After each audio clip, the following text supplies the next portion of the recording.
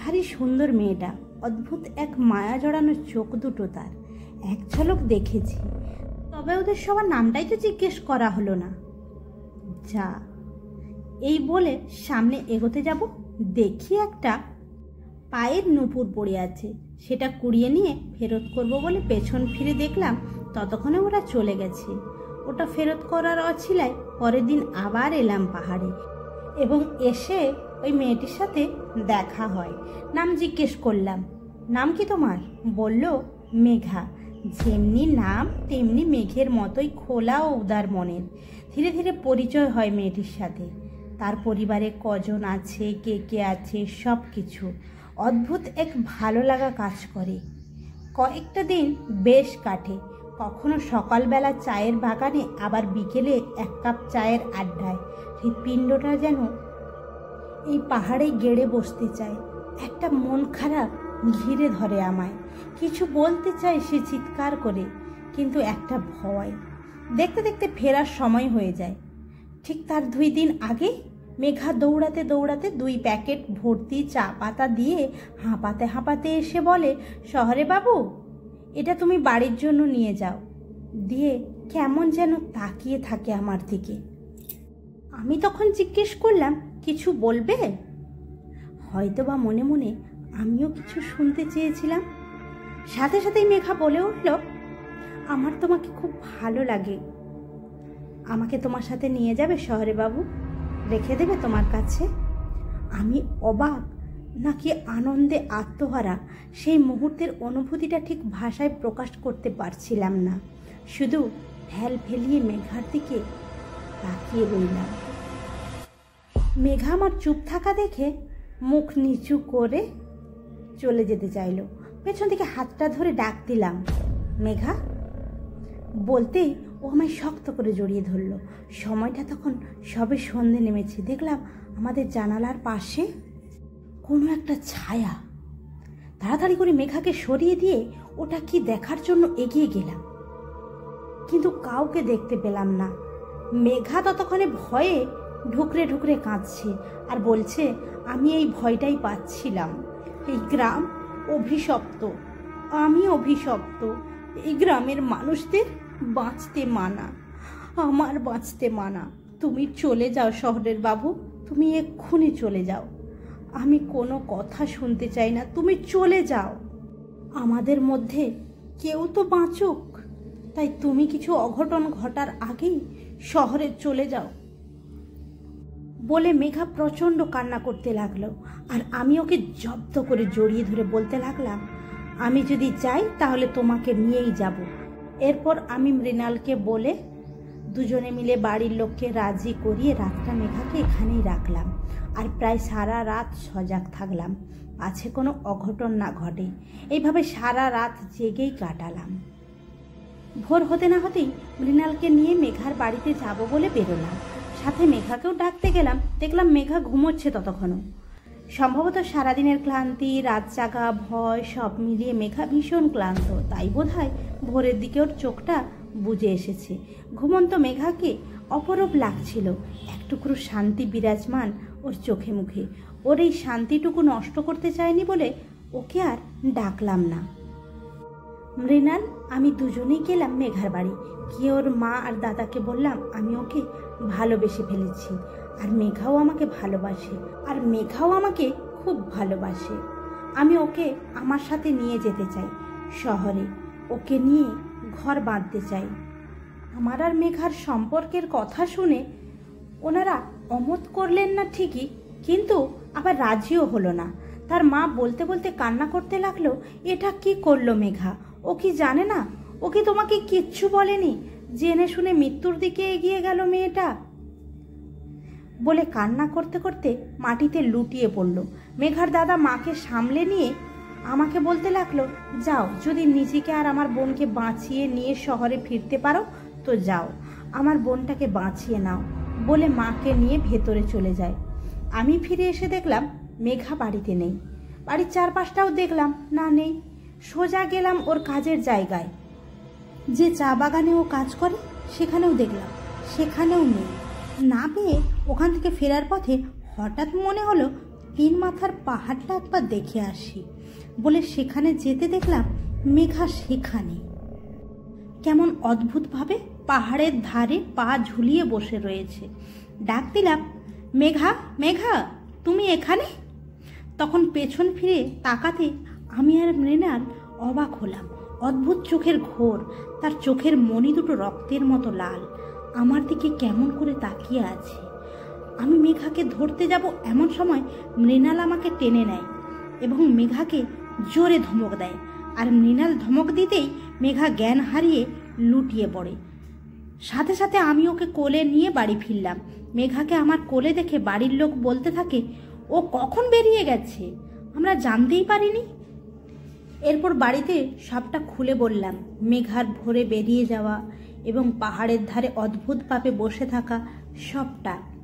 আর সব কিছু শুনে মৃণালের দাদু তখন আমায় বলল, তুমি আগুন নিয়ে খেলা শুরু করেছো শহরে বাবু, এর শেষ কোথায় জানি না। তখন দাদুকে বললাম, আমি জানি না, তবে মেঘাকে নিয়েই আমি শহরে ফিরব। আমার কথা শুনে মৃণালের দাদু একটু রাগ করেই বললেন, যা পারো করো, যে আগুন নিয়ে খেলা শুরু করেছো এর শেষ কোথায় জানি না, তবে এর মধ্যে আমার নাতিকেও আমার পরিবারকে রেহাই দাও বলে রাগ করে চলে যায় মৃণালের দাদু। আমি তখন বাড়িতে ফোন করি, দিয়ে সবটা জানাই। আমি যে এই খাপড়া গ্রামে বেড়াতে এসেছি, এমনকি মেঘার ও আমার সম্পর্কেও সবটা জানাই এবং এই গ্রামের অভিশাপ সম্পর্কেও সবটা জানাই। কেউ বিশ্বাস করেনি, শুধু মা ছাড়া। আমার সব কথা শুনে মা রীতিমতো ভয় পেল এবং বাবার কাছে জেদাজেদি করলো আমাকে ফিরিয়ে আনার জন্য। মায়ের জেদাজেদি ও কান্নাকাটির জন্য বাবা আমায় ফোন করে বললেন, ঠিক আছে, তুমি ওখানে গাড়ি ব্যবস্থা করে মেঘাকে নিয়েই ইমিডিয়েটলি বেরিয়ে এসো, বাকিটা আমি দেখে নিচ্ছি।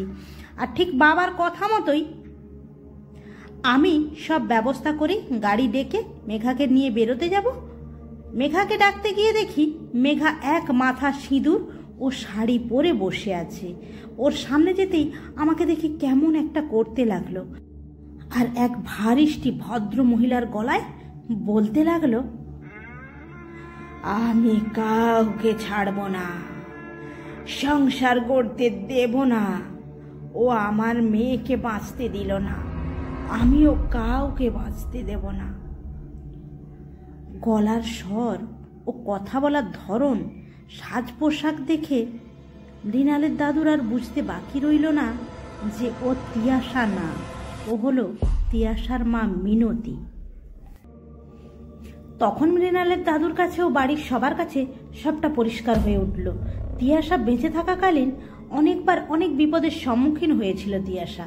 এমনকি চা বাগানে ম্যানেজারের ছেলেকে ভালোবাসার অপরাধে অনেকবার ম্যানেজার লোক লাগিয়ে তিয়াশাকে মারতেও চেয়েছিল। প্রতিবার কোনো না কোনোভাবে এক অদৃশ্য শক্তি তিয়াশাকে বাঁচিয়ে নিত। এবং এটাও মনে পড়েছে, গত বছর প্রবল বৃষ্টিপাতের কারণে পাহাড়ে ধস নেমেছিল, আর সেই ধসে চাপা পড়েছিল অনেকেই, কিন্তু অদ্ভুতভাবে তারা বেরিয়ে এসেছিল। মনে হচ্ছিল কেউ যেন পাহাড়ের নুড়ি সরিয়ে রাস্তা করে দিচ্ছিল, তাই সবাইকে বাঁচানো সম্ভব হয়েছিল। এখন বুঝতে পারছি সেদিনও ওই মিনতিই সাহায্য করেছিল, আর আজ সেই মানবী দানবী রূপ নিয়েছে, মেয়ের মৃত্যুর প্রতিশোধের আগুনে জ্বলছে। মেঘার শরীরে তিয়াশার মা মিনতি দেবী আশ্রয় নিয়ে বলতে থাকে, সবুজ আমার মেয়েকে খুন করেছে, আর প্রমাণ অভাবে ও খোলা ষাঁড়ের মতো ঘুরছে। ওকে যতক্ষণ না শেষ করি আমার শান্তি নেই, মুক্তি নেই। ওর বাবাকেও মেরে খাদে ফেলে দিয়েছি, আর ওকেও শেষ করব বলে কেমন বিশ্রীভাবে হাসতে থাকে। ততক্ষণে গায়ের সবাই মৃণালের বাড়িতে ভিড় করেছে এইসব দেখার জন্য। এখন সব কিছু গায়ের লোকের কাছে পরিষ্কার হয়ে উঠেছে। কিছুদিন আগে চা বাগানের ম্যানেজারের হঠাৎ গাড়ির ব্রেক ফেল করে খাদে পড়ে মারা গেছিল। সেটা তার মানে অ্যাক্সিডেন্ট ছিল না, সেটা ওই মিনতি দেবী ওই ম্যানেজারকে মেরেছিল। এইসব কিছু দেখার পর একদিন কেটে যায়। এদিকে গায়ের মুরব্বীরা বলতে থাকে এ সমস্যার সমাধান কিভাবে হবে, কোনো তান্ত্রিক ছাড়া এ সমস্যার সমাধান কেউ করতে পারবে না। এইভাবে তো মেঘাকে শহরেও নিয়ে যাওয়া যাবে না, আর ওকে বাঁচানোও যাবে না। না মেঘা বাঁচবে, না এই গাঁয়ের মানুষ। এইসব ভাবতে ভাবতে তান্ত্রিককে ডাক পাঠানো হলো। আর এদিকে মেঘাকে ঘরে বন্দি করে এবং বেঁধে রাখা হলো। এদিকে সবুজের বাবা গাড়ি অ্যাক্সিডেন্টে মারা যাওয়ার পর সবুজের মা অসুস্থ হয়ে গেছিল, তাই চিকিৎসার জন্য শহরে চলে গেছিল। আর আজই গাঁয়ে ফেরে এবং সাথে সবুজও ফেরে। তিয়াশা মারা যাওয়ার পর থেকেই এই প্রথম সবুজ এসে একদিন থেকে যায় গাঁয়ে। হ্যাঁ, বাবা মারা যাওয়ার সময় এসেছিল ঠিকই, কিন্তু মা অসুস্থ হয়ে যাওয়ার কারণে মাকে নিয়ে সাথে সাথেই ফিরে যায় শহরে, কিন্তু এবারে এসে থেকে যায় গ্রামে। এদিকে তান্ত্রিক আসে গাঁয়ে, মেঘাকে দেখে এবং সব বুঝতে পারে, এবং সব দেখে গাঁয়ের লোককে তিনি বিধান দেন যে 3 মাথার পাহাড়ে যে পাইন গাছ আছে, ওই পাইন গাছটাকে পুজো পাঠ করে অগ্নি সমাধি দিতে হবে, তবেই এই অভিশাপ থেকে মুক্তি মিলবে। তবে কাজটা খুব একটা সহজ হবে না।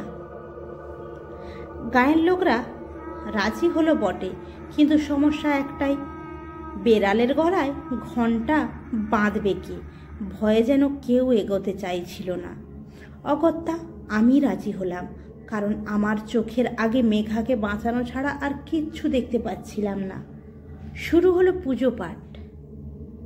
এদিকে সবুজ বহুদিন পর গাঁয়ে এসে একটু গাঁ আর চা বাগানটা ঘুরে দেখতে থাকে, আর ভাবতে থাকে, আর চা বাগানে তেমন কর্মচারী দেখতে পাচ্ছি না। কিছু কি বদল হয়েছে, নাকি আমি এতদিন পর এসছি বলে? এইসব ভাবতে থাকে আর এগোতে থাকে। এমন সময় গাঁয়ের এক বুড়ো দাদু ওই পথ দিয়ে যাচ্ছিল। সে সবুজকে দেখতে পেয়ে বলে ওঠে, সবুজ, তুই এখানে কবে এলি? কেন এসেছিস? চলে যা, চলে যা, এক্ষুনি চলে যা, না হলে সে তোকে মেরে ফেলবে। তুই কেন এমন করলি? কেন মারলি তিয়াশাকে? তুই তো ওকে ভালোবাসতিস, তবে কেন মারলি ফুলের মতো মেয়েটাকে? কেন ঠকালি? যা যা যা যা যা, দূর হয়ে যা, বাঁচতে চাইলে চলে যা। সবুজ কিছু বোঝার আগে তিয়াশার কথা শুনেই বুঝে যায় কিছু তো আছে, এই ভেবে চলে যেতে চায়। এমন সময় সামনে দেখতে পায় ওর মা পাইন গাছের দিকে এগিয়ে যাচ্ছে। সবুজ ভাবে, মা তো অসুস্থ, বাড়িতে দেখে এসেছি, তাহলে কি মাও এসেছে চা বাগান দেখতে? অন্যমনস্ক ভাবেই মাকে ডাকতে ডাকতে এগিয়ে যায় মায়ের পিছু পিছু ওই পাহাড়ের দিকেই। কিছুটা এগিয়ে যাওয়ার পর কোথায় যেন মিলিয়ে গেল সবুজের মা। সবুজ এদিক ওদিক তাকাতে তাকাতে হঠাৎ সামনে দেখতে পায় এক পাইন গাছ। হ্যাঁ, সেই দানবী পাইন গাছ দাউ দাউ করে জ্বলছে, আর হুড়মুড়িয়ে ভেঙে পড়ল সবুজের গায়ে। পুড়ে মরল সবুজ, পূর্ণ হলো প্রতিশোধ। সাপ মুক্ত হলো খাপরা গ্রাম, শান্ত হলো মিনতি, মুক্তি পেল তিয়াশা, মুক্ত হলো আমার মেঘা। আবার খাপরা গ্রাম সেজে উঠল ভালোবাসার রঙে, মানুষেরা মেতে উঠল ভালোবাসাতে। আমার ও মেঘা বিয়ে দিল গ্রামের সবাই মিলে। মেঘাকে নিয়ে ফিরলাম শহরে।